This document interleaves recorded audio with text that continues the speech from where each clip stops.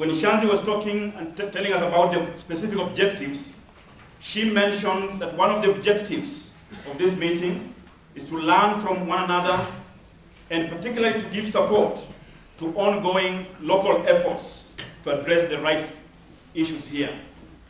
We in Kenya, as was very eloquently put by my compatriots Mudoni and Odindo Kiata, and later on by our senior citizen, Professor, we have got many issues that we are addressing.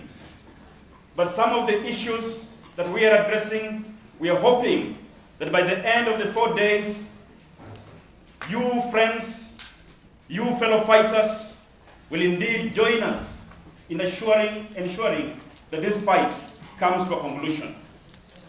The theme that we are addressing is very apt to the Kenyan situation.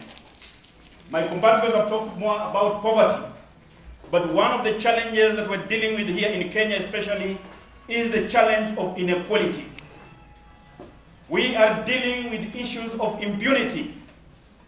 Impunity that has gone to such levels that indeed the poverty and the suffering of our people has continued. So fellow fighters, we in Kenya especially are asking that link up with us, network with us. When you go back to Brazil, when you go back to Mumbai, please remember to fight with Kenya on the following issues, particularly of inequality. Inequality that is perpetuated deliberately by those people who should be helping fellow Kenyans to reduce it. You might have read in the few days you have been here that the average Kenyan today, and these are about 80%, earn only 3,200 Kenya shillings in a month, if not less. But while they're suffering to make ends meet with 3,200 Kenya shillings, there are people here in this country who have promoted economic impunity, and our struggle is leveled against this. For example, members of parliament in this country, who, when the rest of the Kenyans are earning 3,200 Kenya shillings, they are earning a staggering and immoral 800,000 Kenyan shillings. Yet these are people who have refused, that they want the common man, the common woman, to pay taxes, but yet they themselves do not want to pay taxes. These are the issues that we are struggling with.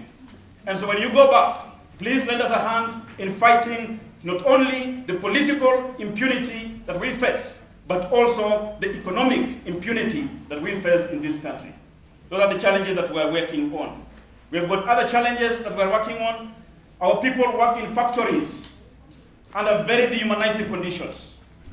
In the EPZs, the Economic Export Promotion Centers, making shirts that go all over the world, to Europe, to America. And when the shirt is sold, it's sold like gold.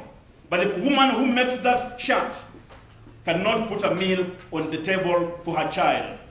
Those are the kind of things that we're dealing with, ladies and gentlemen. We have had people here in this country who are refugees in their own country. Since 1992 especially, when we went multi-party. These people have been living in camps of displaced persons. Following the fight that we had, the domestic quarrel that Obiara referred to in December, this number has increased. Men and women continue living in internally displaced camps without access to water, without access to basic health and sanitation. Ladies and gentlemen, we hope that when you go back to your countries, you will lend us a hand to ensure that this inequality and economic impunity comes to an end. We call upon you to fight with us. In the next 2 weeks or so, we shall be celebrating our Independence Day on December 12th.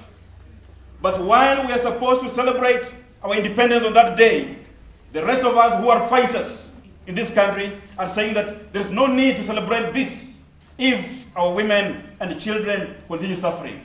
So as the nation will be celebrating independence, we ask you to join us in fighting for the rights of the people. Thank you very much.